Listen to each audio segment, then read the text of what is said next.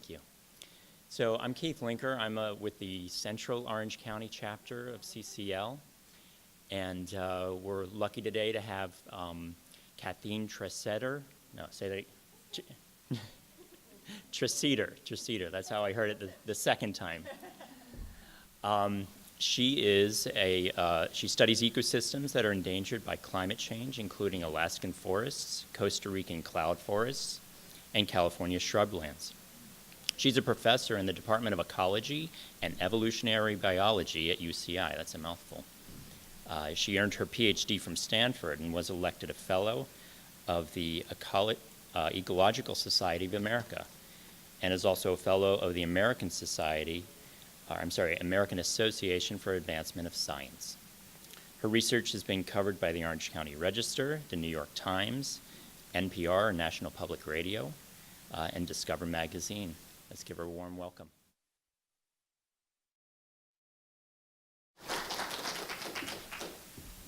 Hello, everybody. I think it's all right. Okay. I'm so happy to be here. Thank you so much for inviting me. I'm a professor at UC Irvine, which is in Orange County, and I've been doing research on these endangered ecosystems for 20 years now. And so I go to these ecosystems year after year, and I can actually see the climate change happening over 20 years. These ecosystems are really changing. They're being affected. And so I spent these 20 years working on my science, keeping my head down, trying to make publications, what my university wants me to do. And I haven't really thought too much about the political side of climate change. I didn't really think too much about climate advocacy. But then that all changed when Trump got elected. And especially once he announced that he intended to withdraw from the Paris Agreement, I thought, okay, I've really got to change my priorities. And this is the time. Like, we don't have much time left, as you know. So I set aside a lot of my research and a lot of aspects of my job and decided to focus more on political advocacy for the time being. And I teamed up with several of my colleagues at UCI, other professors, and one of the things we wanted to do was we wanted to talk to our representative, Mimi Walters. So Mimi Walters was used to represent the 45th District of California. She was a Republican. We wanted to get meetings with her, to talk to her about why we needed to work on climate. We could not get a meeting with her. We tried for years. She just avoided us like the plague. And in fact, Citizens Climate Lobby actually had a lot more success than we did. They got in and they were able to talk to Mimi, but we never would. So we got really frustrated. And I decided, well, I need to do something, and I need to talk to some sort of public official who I have access to. And so I ended up deciding to focus on community choice energy. And community choice energy operates at the city and county level. So this means that I could lobby city council members and county elected officials, and they had to talk to me because they have these city council meetings. You're allowed to go there and talk for 3 minutes on whatever you want. They have to sit there and listen to you. And so I started doing that. It was really gratifying. And so we've actually been able to make some decent headway in Orange County for community choice energy as a way to increase our use of renewable energy. And so I'm going to talk to you about that. But that was the reason I got into it, is just because it was a lot more accessible to me to potentially make these changes.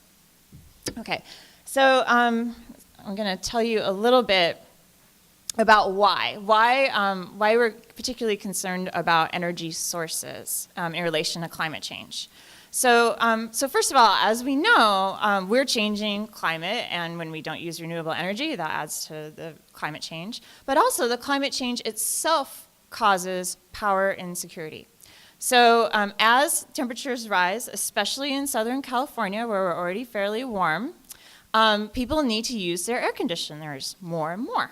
All right, they have to, especially older people. They're particularly susceptible to heat issues. Okay, so they're adding more air conditioners, using them more. We expect that by the end of this century, the demand for electricity should be about 7% higher on average. And in addition, we're expecting to have heat spells here that may last for months. And so people will really need to be using their air conditioners a lot. At the same time, these higher temperatures and the drought that we experience reduces the efficiency of power generation. Like the natural gas power plants do not work as well at these higher temperatures. And so we expect at the same time this demand is increasing that, say, natural gas power plants will have a 3.5% reduction in electricity production. And so that means that it's a double-edged sword. Not only do we need more electricity, but we can't get enough. And this is really a concern, I know, to our city council members. They think about this. They have to ensure the safety of their residents. And part of that safety is making sure that they have power. They need power for the AC, they need power for hospitals, they need power for the police. It's very important. So this is a good way for us to get in and talk to city council members. All right, we can go in and talk to them about community choice energy. All right, so I'm going to explain to you what community choice energy is. Community choice energy is a program that allows cities to buy energy directly from power producers. Right? They can buy that energy on behalf of their residents and the companies in their city. Then the utility that already exists, like SDG&E, SoCal Edison, they're responsible for delivering that energy to the customers in the city. All right? And they maintain the lines, they maintain all the infrastructure, they can bill customers. And then the customer then gets this energy. The nice thing about this is if the city gets the energy right from the power producers, number one, they can decide which power producers they want to work with. If the consumers want renewable energy, then they can buy power from renewable energy companies. Right? They can also look for the lowest bidder if that's what they're interested in. They can save a fair bit of money. They don't have the utility being a middleman. Right? So the customer rates actually go down. Okay, so this just basically means that the community then, instead of getting the electricity delivered by the utility, from whatever sources the utility decides, they get to choose potentially renewable energy, and a lot of times they'll save money. Okay. So this can really help individual cities. Now, and it can especially help with some of the downsides that we're seeing in the current system. So in the current system, we'll have, during heat waves, rolling blackouts in Southern California, right? So if the system gets too taxed, we have this power coming from other states. If that gets taxed, there's not enough power coming, then your utility company decides which cities to turn off power to, right? The cities do not have control over that, and they also do not have control over the security of that power supply, right? The utility is in charge of it. If the city instead selects its own power sources, it can actually work with power providers right within the city, right? And they can make sure that there's enough power sources to deal with this higher demand during heat waves, right? And then that way, that helps improve the stability of electricity in cities. Another downside of the current system that community choice energy helps with is that it kind of gets rid of this monopoly that the utilities have right now. So SDG&E and SoCal Edison, together they have the highest electricity prices in California. So people are really paying a lot of money. I don't know if you're happy with your electricity bills. I imagine a lot of you have solar power, but those who don't are really getting high electricity bills these days. They can artificially elevate pricing. I don't know if you remember back in the early 2000s, Enron, they artificially created a decrease in power supply in order to elevate prices, and we had these massive blackouts, and it was really a crisis in Southern California. So they can do that. And then also the utilities have little incentive to operate efficiently. They don't have competition, right? They don't have people out there looking for the lowest bidder or the best supplier. So it's not a great system right now. Okay, so community choice energy is a solution to that.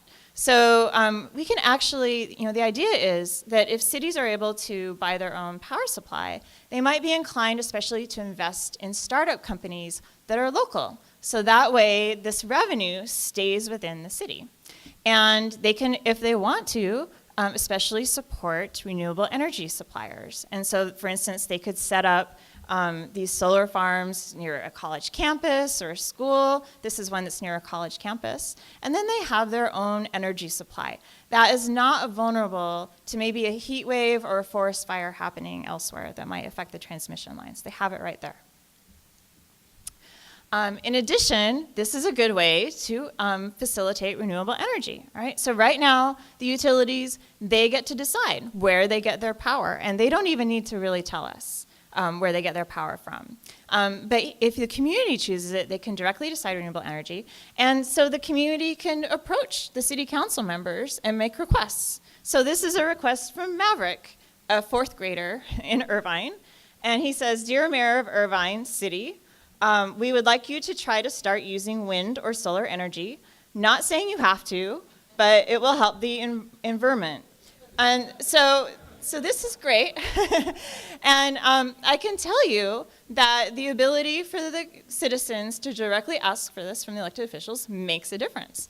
Now, Maverick sent this postcard in to Mayor Wagner of Irvine. Mayor Wagner is a climate change denier. He doesn't want to hear about the environment in general, but because kids and other citizens have been directly approaching him about this, he has actually started to support community choice energy. He's feeling pressure from the community. All right, so this is a way to get lots of people on board. Okay.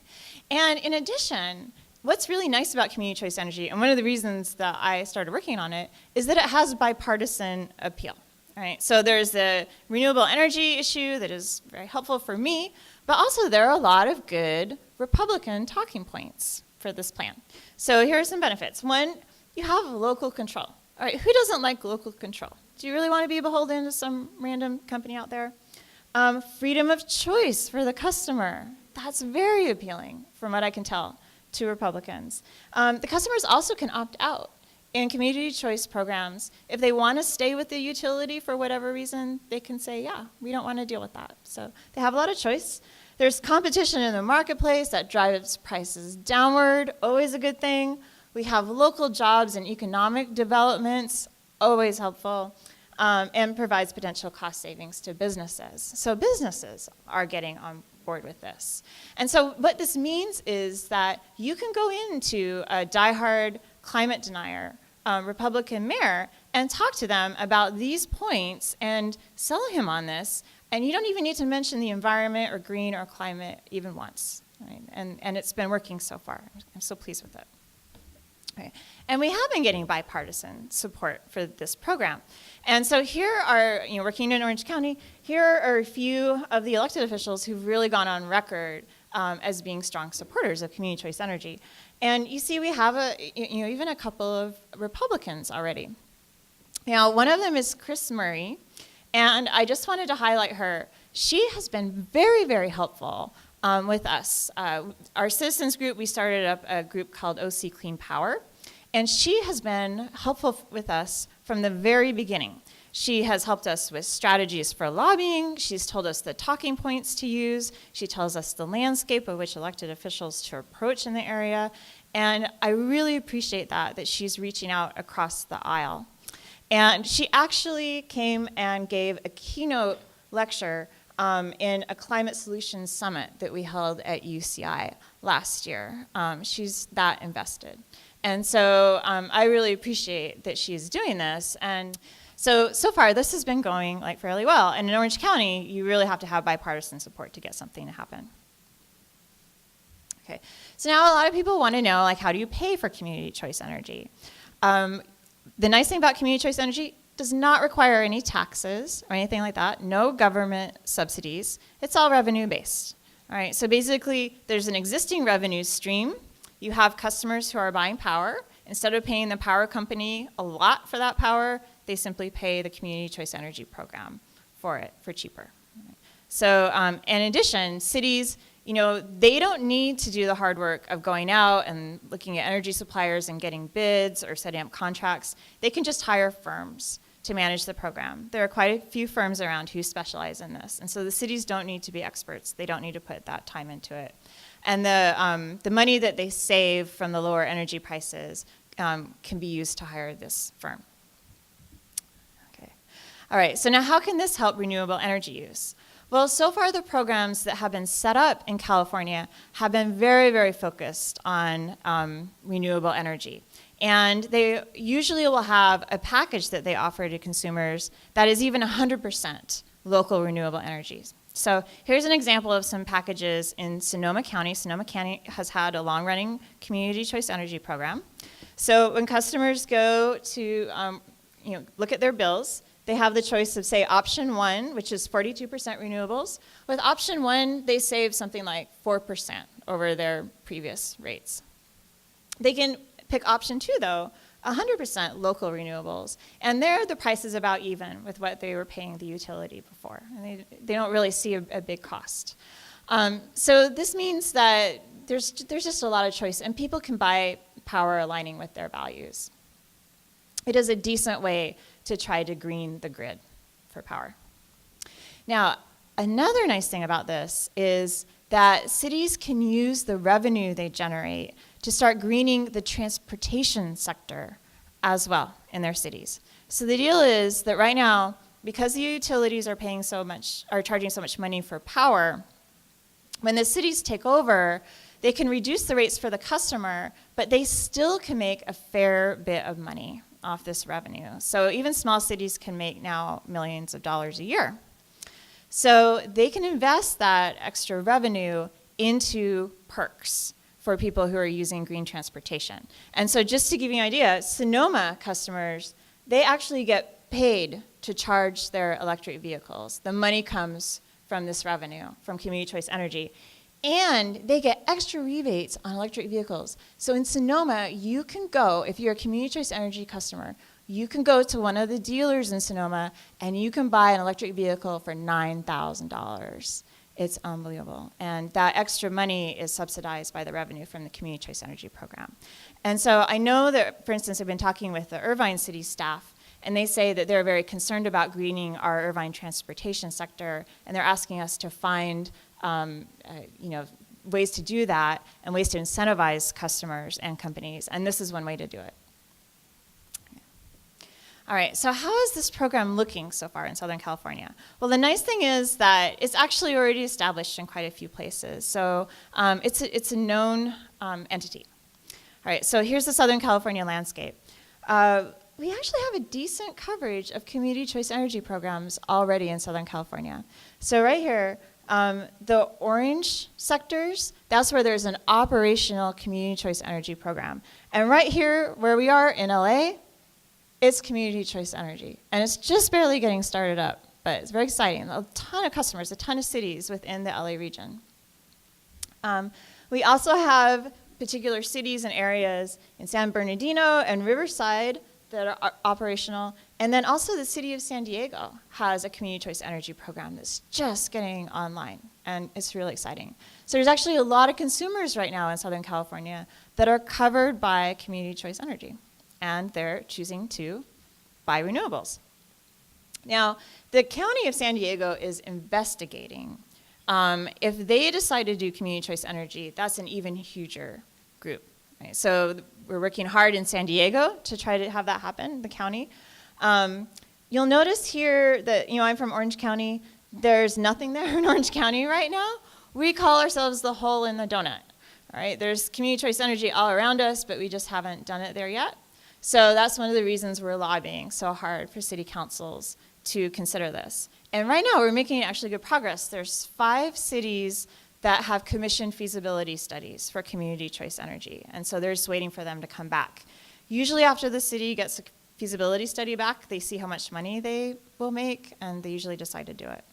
And then about half of the cities in Orange County right now are doing research on it. So they're working with our group, OC Clean Power, to be informed about it, and they're asking their city staff to write reports. They're interested, but they just haven't committed money to it yet to pay for the feasibility study. So I think it's looking good. We're doing everything we can to maintain that momentum. Okay, so what are some of the strategies that we use for lobbying elected officials? I think there are probably a lot of the same strategies that you have, and I'm sure that you all are better trained than I am in these methods. But I'm going to tell you some of the things that Chris Murray has told us is helpful and has worked so far. Okay. One is to just directly ask city council members to commission a feasibility study. All right, so if you're approaching a city council member for a city that hasn't thought about community choice energy, it's a big ask to talk to them about it and to try to get them to consider it, because it's a big change for them. But what's a kind of an easier ask is just to say, can you just pay for a feasibility study just to find out if it's right for this community? You'll hire a firm, they'll tell you with some expertise what is involved, and the feasibility study costs like $75,000, but they can split it with other nearby cities, and it's not like a huge amount of money. So it's just a small ask. Just check it out. See if community choice energy is good. You can do that individually in meetings with city council members, or you can just swarm a city council meeting like we did in Irvine. So here's some pictures of us right after a city council meeting in Irvine, where we had a lot of people, a lot of different groups came. There are high school students here, people from Citizens Climate Lobby, Sierra Club, other things. We packed that city council chamber and asked for community choice energy. I think it really made an impression, and the city council voted unanimously to commission a feasibility study. We heard later on that was the biggest group that's ever packed a city council meeting in Irvine, and the city council members still remember that. We really show up for each of these. We can also ask for businesses to support this. City council members have to be very concerned about businesses in their areas and how they feel about it. Energy for their businesses can create quite a cost. So we're approaching in Irvine the largest employers in Irvine, Hoag Hospital and Edwards Life Sciences. We lobbied them to ask them to just send a support letter to the Irvine City Council, and they agreed. So they signed on, they joined OC Clean Power, and they've sent letters saying that they want this program. And that really helps, that lends credibility to the program. And there are other things that we can do, like asking if you have a housing board in your neighborhood to send a support letter, that helps as well. All right, now one of the things that we've also learned is that we have, as citizens, a lot of credibility. Usually these city council members are being lobbied by the utility companies and different groups that really have an economic interest in what they're doing. But as citizens, they take us more seriously. And so it really helps to make connections with local groups so that you can get involved if you want.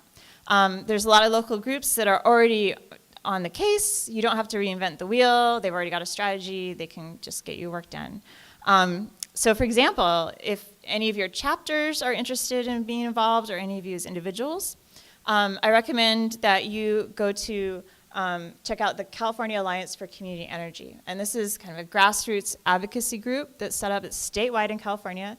There's the website address there. You can go on, there's an online form, you can sign up, get the newsletters, there's teleconferences every month that will update you on what's going on. You can also have your chapters, if you want, join this. If you are in San Diego has something similar. It's a little bit more focused. This is San Diego Community Choice Alliance, and it's the same deal. You just sign up, and then they get you involved, and they let you know, like, these are the city council meetings to go to. Please go make these talking points. In Orange County, we have OC Clean Power. I was one of the co-founders with Robin Ganal and several other amazing groups. And right now, this group is just an umbrella advocacy group. We have something like 35 different grassroots organizations. We have a school district. We have people from UCI. We have elected officials. We have businesses. And we all act together to try to make these lobbying requests. And this has been really a lot of fun, actually, making all these connections. All right, and so I just want to finish up and say that I'm really excited about this opportunity. It's really fun to be able to get in there and talk to our elected officials and see the difference that it makes. And it is one way, I think, to really improve our use of renewable energy. I like to think of it as dovetailing with what I understand Citizens Climate Lobby does. The Citizens Climate Lobby is working on this national and international scale, and then I think it helps to also put the pressure at this local scale. And I think it doesn't hurt to operate both ways. And it's also a lot of fun. Like, we got our kids involved, and they have a great time talking to the mayor. And anyway, I really enjoyed it. And so I want to thank you very much for coming. And I have, I think, some time for questions. All right, I want to make sure that I answer your questions. I'm sure that you have them. All right, thank you. Okay, Christine? Yeah. Oh, yeah. Yeah. So the question is, in terms of reliability, if we're adding solar power and wind in your area and relying on them so much, that also leaves us vulnerable to, if those sources are not working at a particular time or overloading the grid, then that could potentially be a problem. And I think that's a very good question. One of the things that cities can do is they can start constructing a microgrid. They can actually pay for these transmission lines, local transmission lines, within their city by using the revenue that they generate from this program. And that can also help with the reliability if they have their own microgrids. I think that you've definitely got a good point. Wind and solar, the solar is available only a certain time of day. You have to worry about what's happening at night. Wind also is unreliable time-wise. Those are just universal challenges. I think there's a lot of great people working on that, especially at UCI. And one of the things I think is going to happen is if there's this money going into these startups for renewable energy, that you'll have innovation that will happen from them, and that they may be able to find some solutions. But right now, I don't have one for that. Well, so that's a good question. I think that what the cities can do is when they're still connected to the utility grid, and they can still get electricity from the utilities. The utilities are not going to shut them off. So they could make a deal with the utilities. If there's no renewables available, then they get this other source. But they could prioritize the renewables. Yeah, that's a good question. So we do run into that sometimes. For the smaller cities, $75,000 can be a fair bit. So we say, we'll find a city that will split the cost with you, like a nearby city. The study can cover both the cities. That can work. And also, a feasibility study is a pretty formal, pretty intensive thing. Right now, because community choice energy is kind of a known entity, there's less of a need for a really intense feasibility study. So if a city needs to, they could go for maybe like a $10,000 route where just somebody kind of does a quick assessment. So there is some flexibility there. And I understand that some city councils might not be willing to do that, but there's flexibility. All right, well, I think that we are all done. Thank you so much for your time and attention. Appreciate it.